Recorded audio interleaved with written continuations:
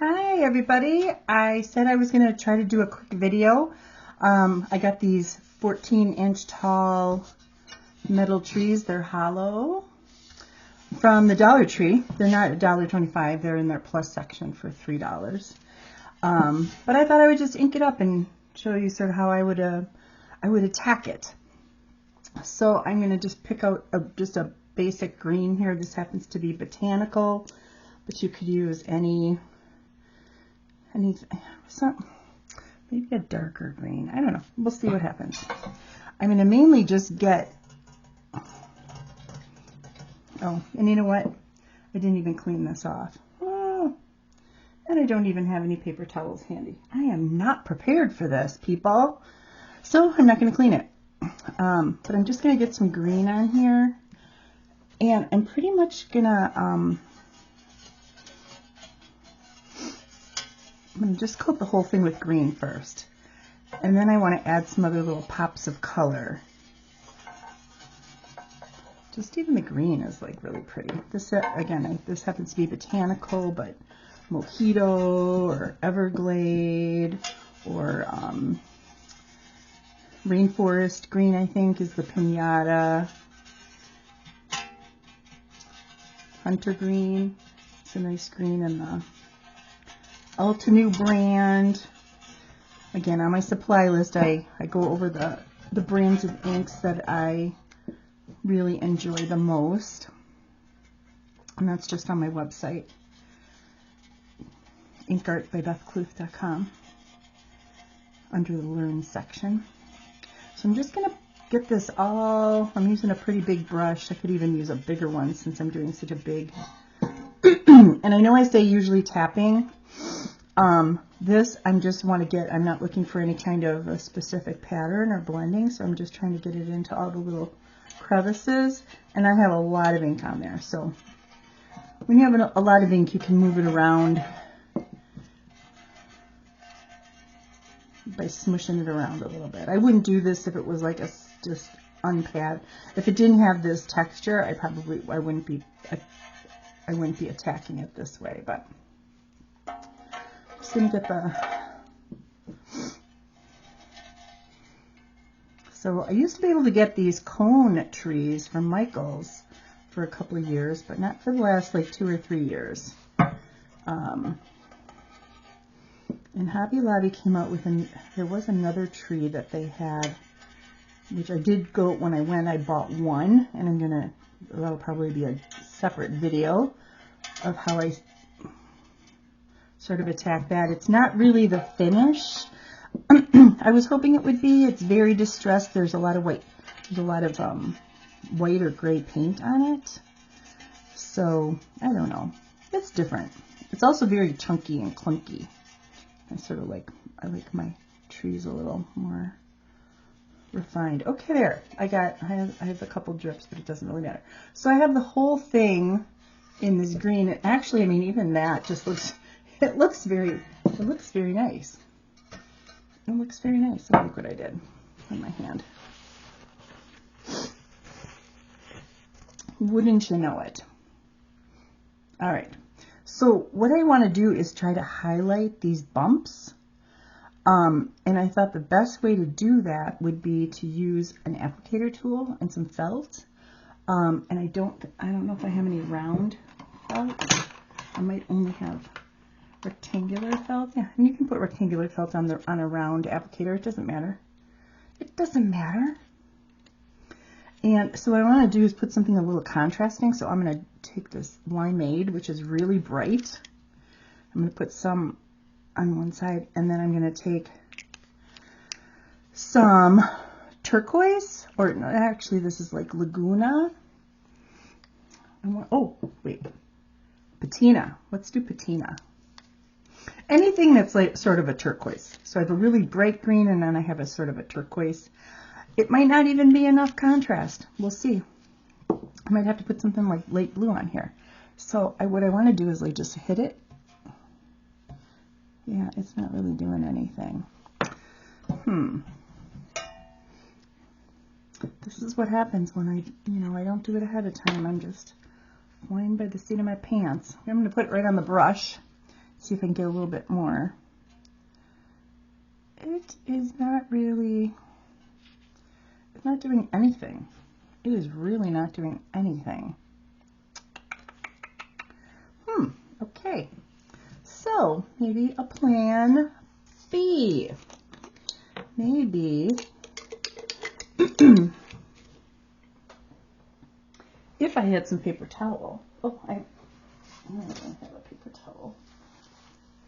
I have some.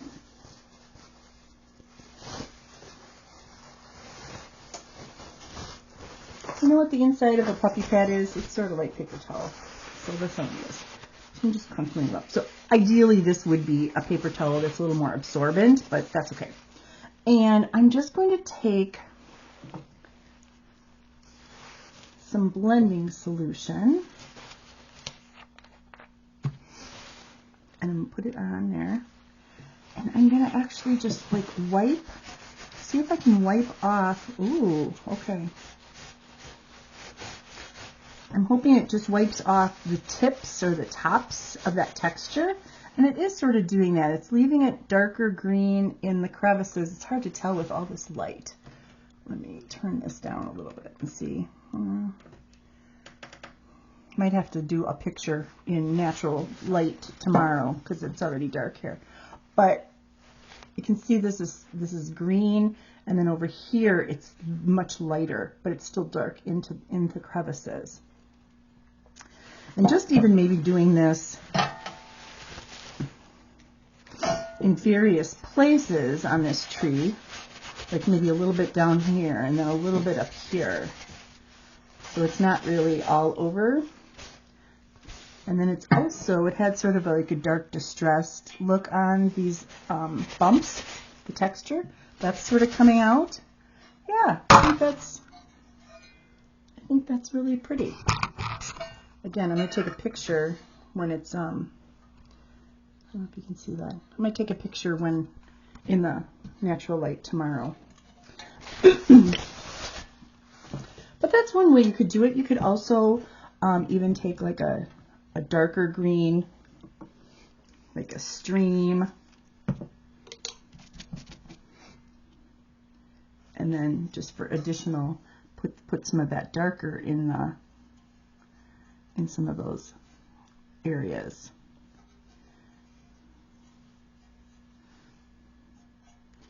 That's very interesting. I'm just sort of painting in the crevices here, letting it spread. It's very interesting. Again, experiment. I mean, if you hate it, you can wipe it off. It might be stained, but you know, unless you're going to go for a completely different, like a purple tree or something, which you definitely could. You don't have to stick with traditional colors. That's sort of pretty. I have, so there's an area of the tree that just has that darker color in the crevices. Not great lighting here. Sorry about that, people. Again, I'll post a picture in natural sunlight or a video. But I'm just taking some of that stream color, which is a little darker, and just randomly putting it in some of these crevices. I'm still leaving plenty of light areas, like super light areas. So I'm going to go around the tree and do that.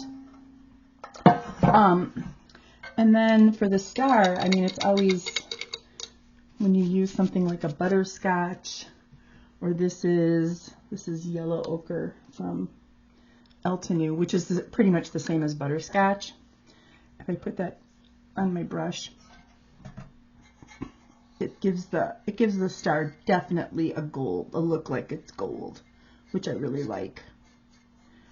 Sometimes when metal trees like this have balls on top or something, I'll do them red or a color, but I don't know, for stars I like the old traditional gold.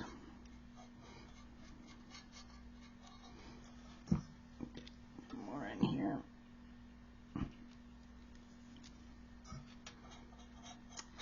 And then, I mean, to finish it off, you could do the bottom. this bottom, do it gold too, but I sort of like the look of the it's sort of like a distressed antique silver rather than galvanized metal. That's what the look is, and I sort of like that, but you could do the base in that gold color as well. I'm going to see what this gold color does. Ooh, putting a little bit of gold color in between these little things too, which sort of ties the whole thing together. And I think it just makes it more interesting rather than just, you know, when everything is all just one color. Yeah, I'm liking that. And it's very random. I'm just picking up some areas where I'm doing it more in the lighter areas that were still the light green. Let's